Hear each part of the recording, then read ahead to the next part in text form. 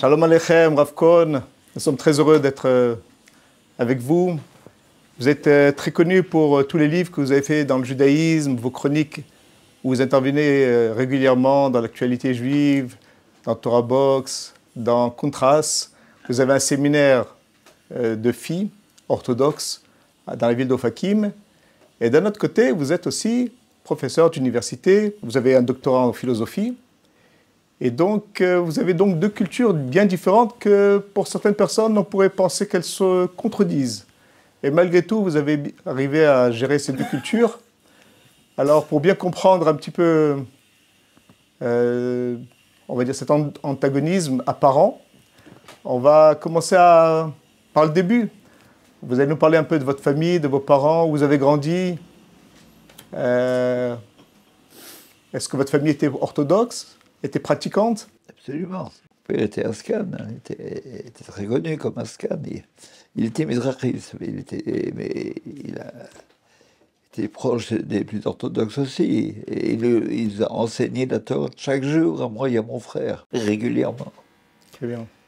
Vous êtes né un peu avant la Shoah? Mon père venait de Roumanie. Il était d'origine roumaine, il est venu vers l'âge de 18 ans, 20 ans à Paris. Il a fait son bachelor à Paris, puis après il a fait des études de médecine. Il était médecin à Paris. Ma mère est d'origine allemande, et de Francfort, et mes parents se sont mariés en 1935 à Paris. Non, ils se sont mariés à Strasbourg, ils ont vécu à Paris. Ils ont vécu à Paris. Un frère, Zichron de Livracha, qui est né en 1936, moi je suis né en 1939. Après, quand il y a eu la guerre, on a quitté la France, on a quitté Paris pour d'abord dans les Pyrénées. Mon père était médecin mobilisé, en tant que mobilisé médecin, parce qu'il était devenu français. Et ensuite, on a vécu 8 ans à Nice. C'est-à-dire pendant les plus grandes années de la Shoah, nous étions à Nice. Et on a arrêté beaucoup de gens. Une des personnalités les plus connues de Nice qui était arrêtée, c'est Simone Veil. Simone Veil était aussi arrêtée à Nice. Nous, on n'a jamais été arrêtés. On nous a suivis plusieurs fois et une fois on a été arrêtés dans la rue, mais il n'y a pas eu de suite, Dieu merci. J'ai même commencé mes classes à cet âge-là. En 1944, j'étais à la classe, ce qu'on appelait à l'époque la 12e, ce qui est à peu près à l'époque de la maternelle. J'étais au lycée du Parc Impérial à Paris, à Nice. En 1948, on avait un appartement à Paris. Mes parents, on leur a pris leur appartement pendant la guerre.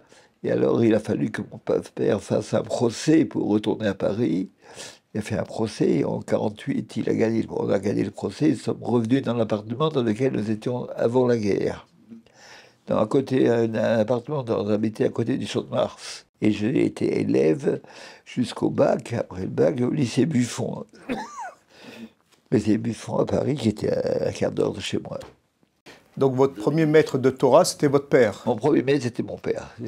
Et vous avez fréquenté encore d'autres rabbinim À l'époque, pas encore. Après, un peu plus tard, lorsque le Rav Estaim est venu à Paris, à partir de 1953, j'allais tous les ans pour les vacances de la Yeshiva d'Aix. Régulièrement, j'allais à la Yeshiva d'Aix à partir de 1953. Chaque année, j'ai passé mes vacances avec ses mains. J'étais aussi au Koh Yeshurun, et j'étais actif dans le mouvement de jeunesse orthodoxe Yeshurun. J'ai plus ou moins après dirigé à Paris. Ça, c'est jusqu'au bac. Savoir la Suisse aussi. Oui, tout à fait. Alors après cela, quand j'ai fini mon bac en 1956, j'ai étudié la préparation à l'école normale supérieure de la rue d'Ulm. J'ai appris au lycée Henri IV, 2 ans. J'ai fait ce qu'on appelle l'hypocagne et la cagne. J'ai fait ça. En même temps, parallèlement, je faisais les examens à la Sorbonne.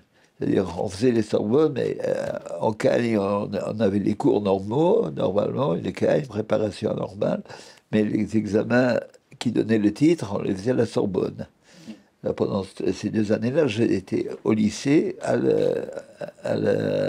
Henri IV. Après, après j'ai fait un an à l'université de Sorbonne.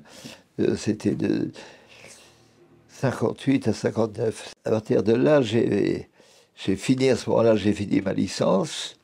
Et après cela, pendant 3 ans, j'ai enseigné à l'école Saint-Délire, classe de 6e, de 59 à 62, pendant 3 ans.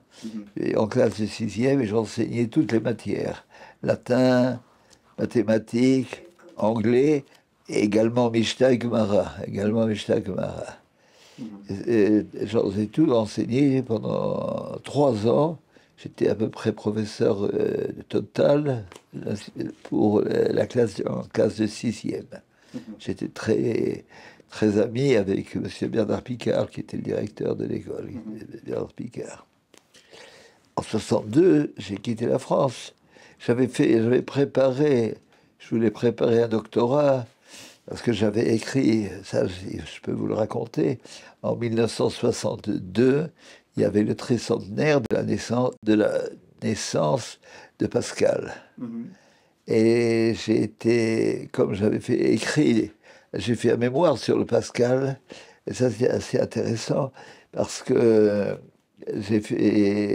il y a eu le tricentenaire, j'étais le représentant du judaïsme. Il y avait aussi un représentant du protestantisme, du christianisme.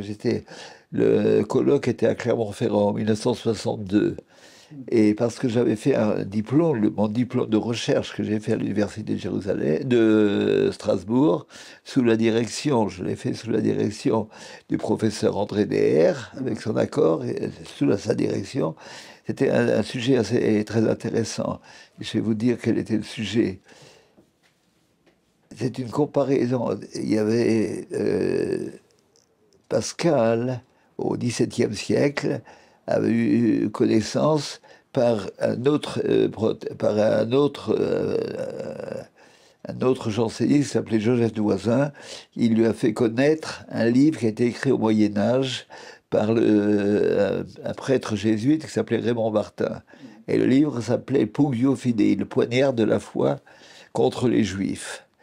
Et c'était ce Pugio Fidei il cite énormément, beaucoup de fois en latin, le Talmud, et il est un livre très violent contre le Talmud, il est écrit au XIIIe siècle. Et il y a eu un rabbin qui s'appelait le rabbin Shlomo Ben Aderet, Rashba, a répondu au Pugio Fidei. Alors d'une certaine façon, moi j'ai traduit le livre du rabbin qui s'appelait Pérouché Agadot du Rashba. Je l'ai traduit en français. Et ça a été mon diplôme que j'ai fait à l'université de Strasbourg, et qui était en fait c'était très intéressant parce que c'était comme une réponse. Le Rashba était déjà, bien qu'il était beaucoup plus tôt que Pascal, mais son livre est déjà une réponse à Pascal. En une phrase, je vais vous dire quelle était ma vue sur Pascal, parce que c'est très intéressant. Pascal montre que l'homme est misérable et grand. Grandeur et misérable de l'homme. Et entre les deux, il y a la pensée et le christianisme. J'ai fait grandeur et misère des Juifs dans la pensée de Pascal. Grandeur, les grands Juifs sont grands parce qu'ils annoncent, et ils sont misérables parce qu'ils refusent. Ça, c'était très intéressant. J'ai soutenu ça en 1962 à Strasbourg. Juste avant de faire votre alia. Juste avant de faire mon alia, exactement. Dites-moi, votre premier contact en Israël, vous avez fait votre alia en 62 d'ailleurs. Pour quelle raison vous avez quitté la France? Écoutez, je vais vous dire, à cette époque, c'était au début de l'État, puis les jeunes qui étaient vraiment engagés, la famille de ma femme, etc., tous les jeunes vraiment engagés, se sentaient attirés par Israël. Alors pour moi, c'était pas une réflexion, c'était naturel de venir en Israël. Et après, alors quand je suis en Israël, j'ai d'abord, puisque j'avais été à la yeshiva Aix-les-Bains régulièrement, alors là j'étais pendant un an, en 63, j'étais pendant un an au collège de la yeshiva de Poniovitz. Alors là, j'ai connu beaucoup mieux le monde yeshivique. et auquel je me suis attaché, puisque je me suis installé à Bnei Brak. Je me suis marié juste avant mon Aliyah, en 62, en juillet 62, et à ce moment-là, nous sommes venus en Israël quelques mois après. Alors j'étais 1 an au collège de Ponevezh, et après j'ai commencé à enseigner à l'université. J'ai enseigné régulièrement. Alors la première université où j'ai enseigné d'abord à l'université de Haïfa. Oui. Et à Haïfa, ils étaient intéressés, ils m'ont proposé de venir habiter à Haïfa et d'être l'un des martsim de l'université. Je n'étais pas venu en Israël pour habiter Haïfa. Alors, mais j'y allais régulièrement, j'allais 4 fois par semaine, j'allais à Haïfa pour enseigner. Et en même temps, je suivais les cours, parce que j'avais beaucoup appris, d'abord avec Rav Estaim, j'avais appris au collège, alors je suivais des cours régulièrement de Gemara, avec un grand Amit Rachab, qui était un cousin, qui en plus était un cousin de ma femme, qui s'appelait le Rav Yaakov Posen, oui. Et j'ai beaucoup appris avec lui, régulièrement, il était membre du collège Chazon Ish, j'ai beaucoup appris avec lui, vraiment, j'ai appris beaucoup de bases de la Torah. Alors en même temps que j'étais à l'université de Haïfa, après quand j'étais à l'université de Haïfa, ils ont entendu à l'université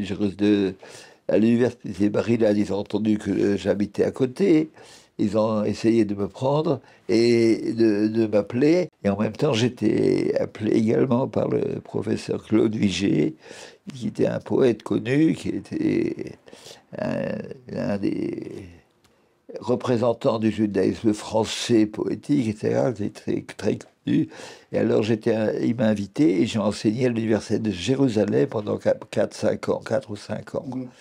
À enseigner à l'université. En même temps, j'étais à Bar-Ilan et après j'ai quitté Haïfa. Il y a eu un moment où j'enseignais dans 3 universités ensemble. Haïfa, Jérusalem et Bar-Ilan. Et après, à Bar-Ilan, je vais juste vous dire, j'ai enseigné évidemment, c'était mon poste cavois, c'était à côté de la maison, etc. Et j'ai été pendant 12 ans, de 72 à peu près à 84, j'étais pendant 12 ans le chef de département de littérature française à Bar-Ilan. Dites-moi, dans toutes ces universités où vous avez enseigné, les élèves n'étaient pas étonnés de votre aspect orthodoxe? Non.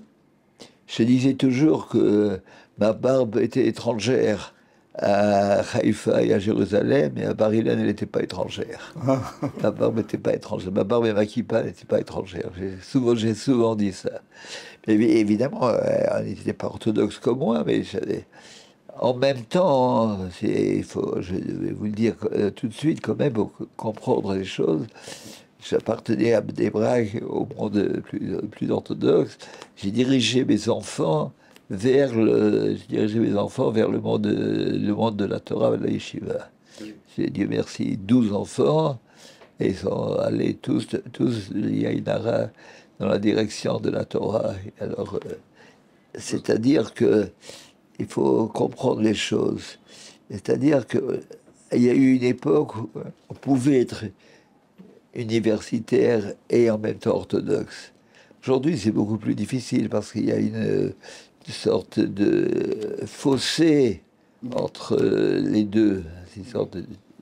Alors, qui est dû à quoi d'après? Alors, je vais vous ajouter quelque chose si ça vous intéresse. J'ai un jour réfléchi, quand j'avais déjà eu ma titularisation à Bar-Ilan, en 78, j'avais déjà depuis 3-4 ans à Bar-Ilan, j'ai réfléchi, dis-moi, est-ce que tu es venu à moi? Je me suis parlé à moi. Est-ce que tu es venu pour enseigner Verlaine, Mallarmé aux jeunes Israéliens? Non.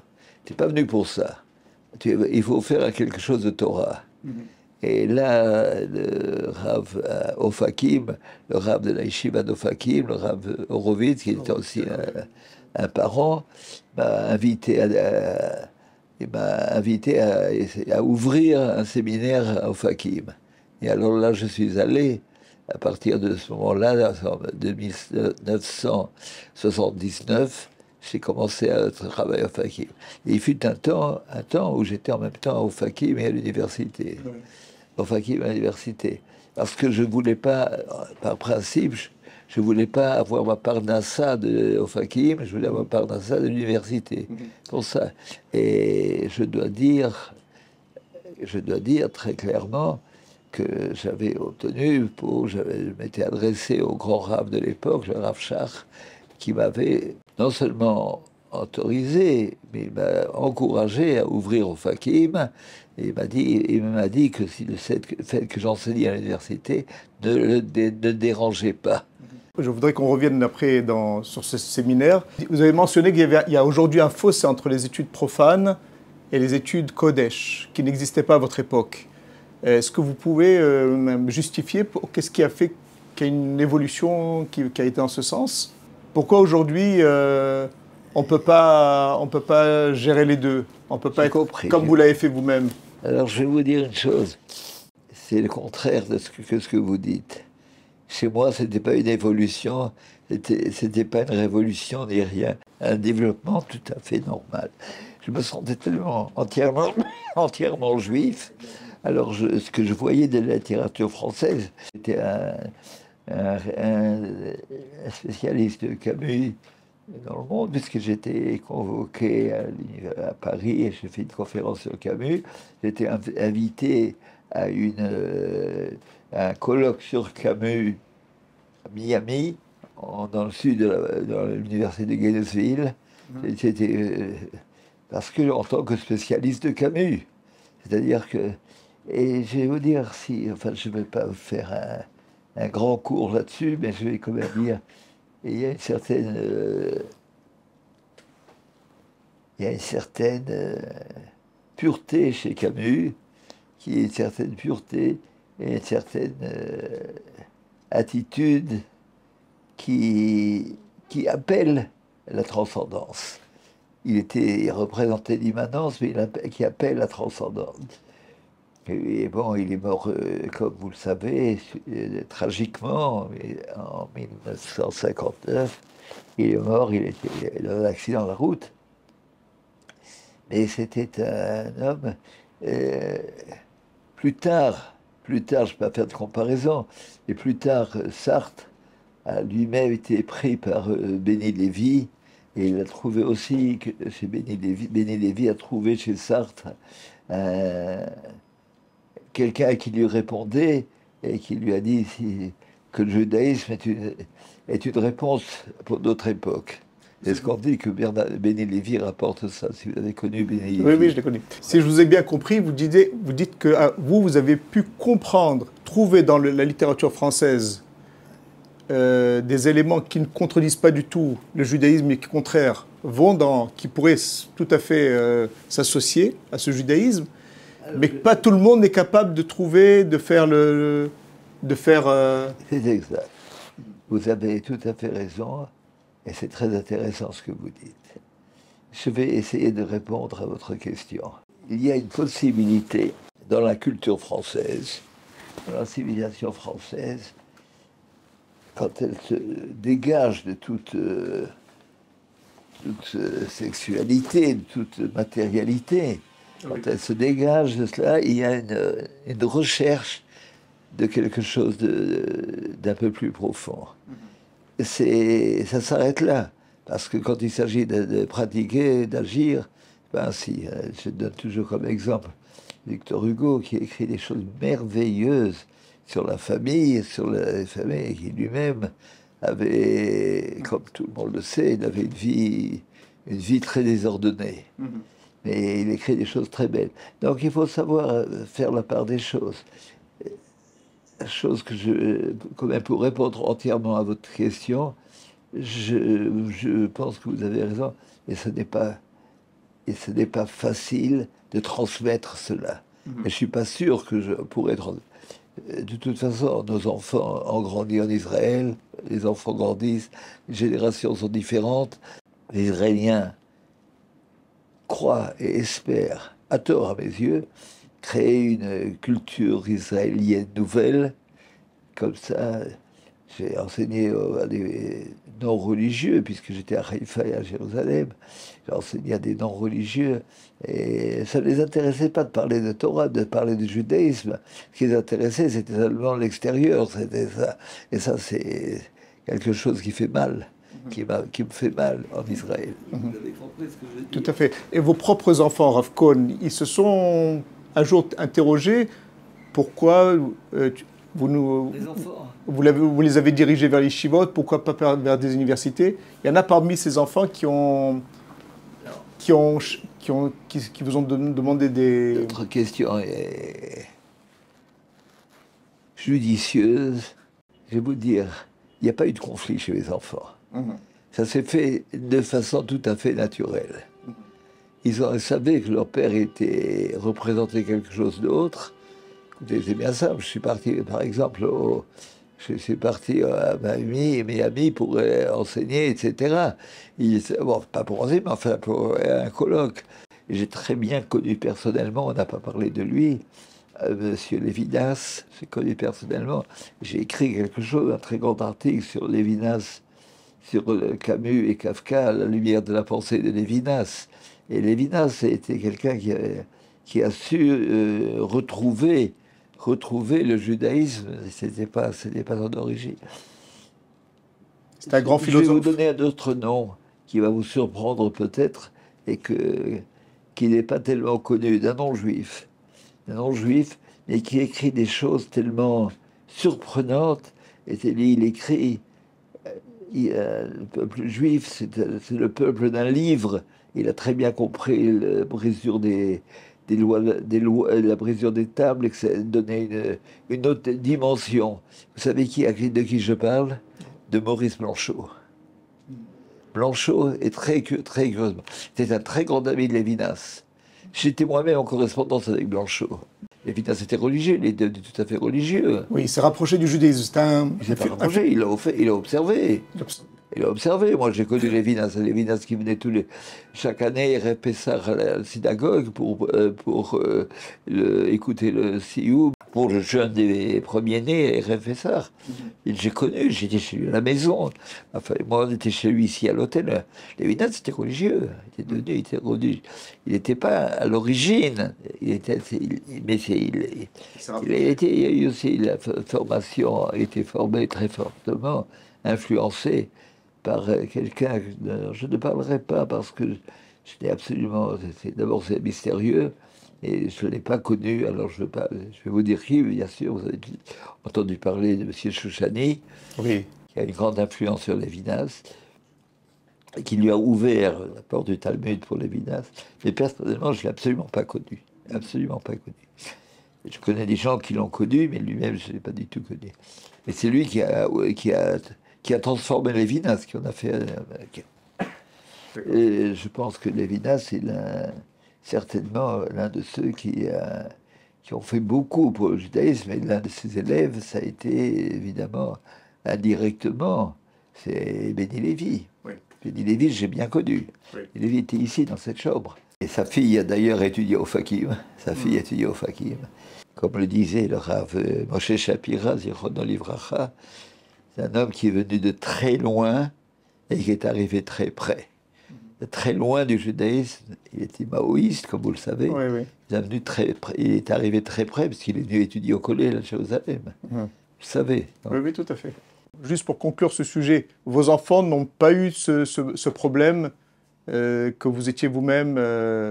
Mes enfants, à moi, oui, ne se sont pas posé le problème. Mm-hmm. Se sont pas posé clairement pas de problème. J'ai, Dieu merci, des filles qui sont mariées, 4 filles qui sont mariées avec des avrechim. Mes filles sont des avrechim, et Dieu merci. Oui. Je remercie le Tout-Puissant, Oui. parce ils ont suivi cette voie. Jesper Rav Cohn, vous avez beaucoup participé au renouveau du judaïsme, puisque vous avez traduit des livres fondamentaux, comme le Kitzur Shulchan Aruch, des livres sur le Kashrut, le Shmirat Shabbat Kilcheta sur les lois de Shabbat. On a devant nous aussi le livre L'âme juive, qui est un recueil de pensées juives. Mais en 70, il est paru. Il est paru. Vous avez continué à écrire aussi, comme on l'a dit au début de notre interview, dans le journal de Contraste, dans l'actualité juive. Vous écrivez aussi dans Torah Box. En fait, vous avez beaucoup apporté au judaïsme. Vous aviez ce souci de participer au renouveau? Vous avez senti que quelque chose bougeait? Oui, oui. Là aussi, vous posez une question d'actualité très vivante et très importante. Oui, de tout mon cœur. Je suis d'accord avec vous. Nous vivons une époque rare. D'abord, depuis que nous sommes heureux de vivre en Eretz Israël, nous remercions Akadosh Baruch Hu qui nous a envoyés en Eretz Israël. Nous sommes évidemment très déçus de voir tellement de gens qui sont loin d'Eretz Israël, mais l'époque est rare. Les Juifs ont été souvent poursuivis en Allemagne, en Russie, dans tous les pays, partout. C'est la première fois qu'ils sont poursuivis dans leur terre. C'est la première fois qu'ils sont poursuivis dans leur terre. Les pays qui ont fait la guerre de 6 jours, l'Égypte et le Jordanie, ont plus ou moins compris qu'il fallait faire la paix. Le troisième pays, la Syrie, vous voyez ce qui arrive aujourd'hui, il disparaît. Alors qui est-ce qui vient à la place? C'est les terroristes, qui ne sont pas des gouvernements officiels. Mais eux, c'est leur réponse. L'Iran les envoie pour ce qu'ils ont peur, ils ne veulent pas se disputer eux-mêmes. Et il faut savoir, une guerre qui dure depuis plus d'1 an, et il faut être conscient, il y a quelque chose qui se passe. Il y a le Tout-Puissant n'abandonne pas Israël. Le Tout-Puissant d'abord. Mais il faut beaucoup faire d'après ce que j'entends de la Torah Box, j'entends beaucoup qu'on rapproche des Juifs, ça rapproche beaucoup d'Israéliens de la Torah.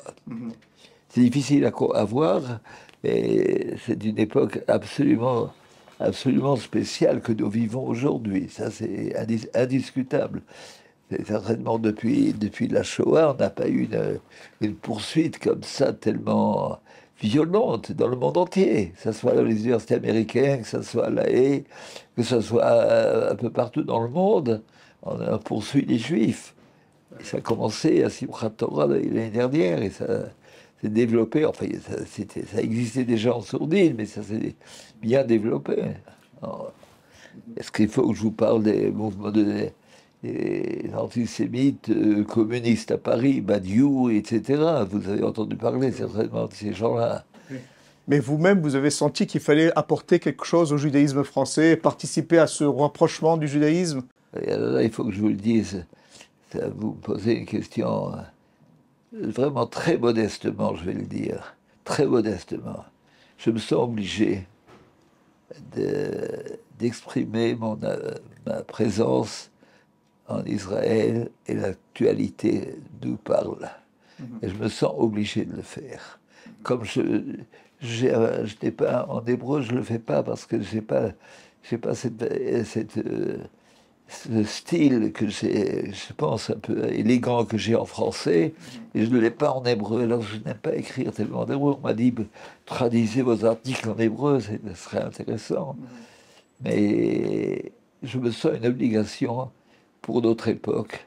Et bien sûr, il y a d'autres gens qui ont cette obligation. Je pense, par exemple, Raphaël Sadine, d'autres gens qui sentent cette obligation. Vous avez aussi participé à des livres de halakha, de loi aussi. Bien sûr. Oui, mais je ne veux pas me donner une importance dans le domaine de l'halakha. Je ne me suis pas spécialisé, vous comprenez ce que je veux dire? Oui. L'halakha, elle est faite, c'est les poskim. J'ai des enfants, Dieu merci, qui sont spécialisés dans l'halakha. Oui. Je ne veux pas, vous comprenez, l'aspect de la réflexion, et de la pensée, et pas l'aspect de la lettre, comprenez-vous? Tout à fait, mais pour même traduire des livres de loi, il faut les comprendre, ces lois. Oui, bien sûr, non, j'ai traduit, c'est sûr, pas pour rien que j'ai traduit Kitzur Shradaro, c'est très important. J'ai traduit Shpirat Shabbat Kilrata, c'est des choses très importantes. Et en tant que possèque, je ne peux pas m'immiscer dans le travail des rabbinim. Comprenez-vous? Très bien. Alors, on va revenir sur le séminaire que vous avez ouvert donc à Ofakim, qui était, comme vous l'avez dit, sous l'initiative de Rabbi Yaakov Horowitz. Quelle est la particularité de ce séminaire? Oui, je vais vous dire tout de suite. Le séminaire d'Ofakim permet de le dire, n'est pareil à nul autre. On n'y vient pas parce qu'on habite Ofakim, On y vient parce qu'on veut étudier là-bas et apprendre et approfondir. C'est un peu comme Gateshead en Angleterre. On vient pour apprendre. Les élèves qui viennent, elles viennent éventuellement de familles non religieuses, éventuellement de familles très religieuses, éventuellement d'anciennes soldates viennent étudier chez nous. De toute façon, qu'est-ce que ça veut dire? Ça veut dire qu'il y a au Fakim un esprit très, un esprit très ouvert et en même temps très, très fort d'appartenance à l'être juif. D'appartenance à l'être juif. On vient, on reçoit un diplôme d'État aussi à au Fakim.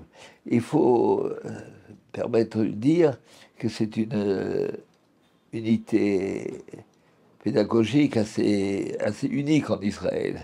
Dans quel sens? Assez unique parce que c'est à la fois, je veux dire, on ne vient pas parce qu'on y habite, vous comprenez? Oui, tout à fait. On vient uniquement pour là-bas. Oui, il y a beaucoup depuis 40 ans, 47 ans que ça existe. Ça a formé beaucoup de gens et ça. Excusez. Mais qu'est-ce qui attire ces familles de venir à Ofakim? Il y a des filles qui viennent de Jérusalem, de Bnei Brak, d'autres endroits où il y a sur place des séminaires. Pourquoi elles vont quitter leur ville pour aller à Ofakim? C'est précisément ça, parce qu'il y a quelque chose de spécial. Absolument, c'est ce que je viens de dire. Il y a quelque chose, mais pas seulement de Jérusalem, on vient aussi de Haïfa, on vient aussi de Tivot, on vient un peu d'un peu partout. J'ai des filles qui viennent de Hor-Yehuda, j'ai des filles qui viennent du nord, du sud, etc. De toute façon, c'est parce qu'on cherche quelque chose d'autre. Et pas quelque chose d'autre, pas autre, mais profond. Plus profond, pas différent, mais plus profond. Plus intellectuel? C'est intellectuel, mais avec cœur, avec sentiment. Je pense que vous pouvez... Effectivement, ma femme a étudié à Ofakim. Il y a une évolution? Non, Fakim est spécial, il n'y a pas une évolution. Dans chaque ville, il y a un séminaire. Fakim est spécial parce qu'on y va dans un but précis, c'est de le vivre, de vivre. De vivre son judaïsme entièrement. Voir hier des filles de troisième année. Normalement, elles viennent un jour par an, dans la semaine seulement. Troisième, c'est presque c'est un cycle de 2 ans. Troisième année, ils ont encore des cours de ralade, de toutes sortes de cours de compléments. Les filles m'ont dit, c'était de voir, d'être ici, c'est les cours et tout ça. On parlait de la conférence, etc.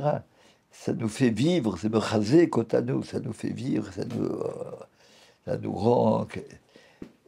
Et à cela, je suis trop petit pour le dire, mais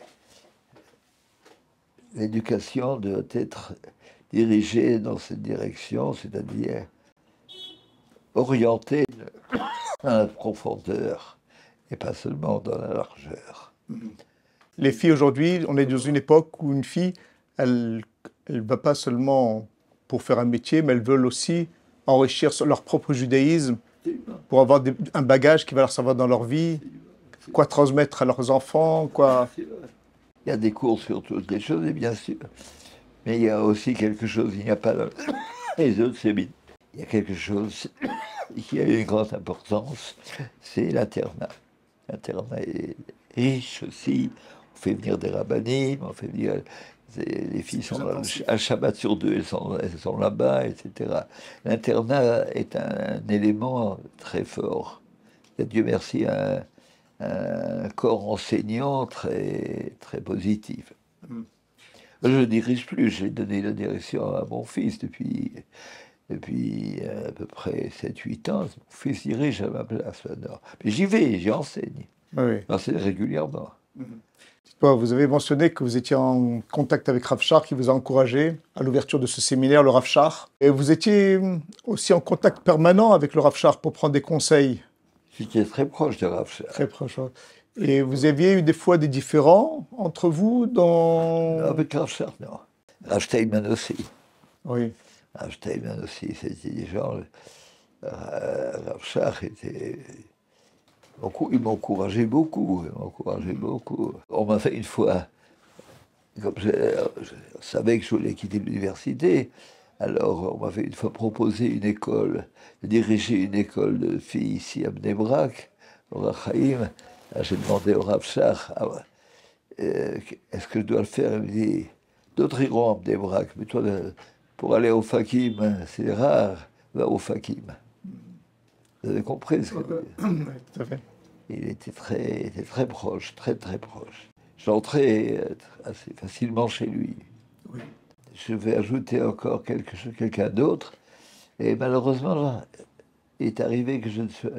Malheureusement, je ne suis pas arrivé à lui parler d'Ofakim. Au début, je n'avais plus tellement de contact avec lui, et c'est dommage. Il ne vit plus. Ravolbeu était aussi... Les premières années où j'étais en Israël, j'allais régulièrement pendant chaque vendredi à Ber Yaakov écouter un cours spécial pour lui. On était un groupe de 4-5 yeshivistes, il nous donnait un cours et j'étais très proche de lui. Mais quand j'ai ouvert au Fakim, j'étais déjà assez loin. Il me connaissait, il m'a dédicacé son livre, il me connaissait bien, Ravolbeu. Mais je n'ai pas eu l'occasion de lui parler au Fakim.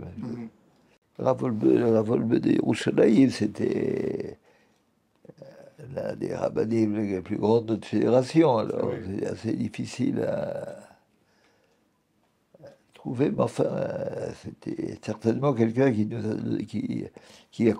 comprenait le judaïsme en profondeur. Vous avez sûrement entendu parler du Rav Moshe Shapira. Oui. J'ai suivi régulièrement les cours de Rav Moshe Shapira à Bnei Brak. Il donnait un cours ici une fois par semaine. Mais ici, une fois par semaine, et régulièrement, j'allais suivre. Entré pendant longtemps. Vous avez des anecdotes particulières concernant ces grands rabbinim comme Rav Shach, Rav Steinman à nous rapporter? J'ai toujours senti un encouragement chez Rav Shach, chez Rav Steinman. Un encouragement. Je ne vois pas d'anecdote particulière. J'entrais assez facilement chez eux. Rav Steinman m'aimait beaucoup. Il m'a suivi de très près.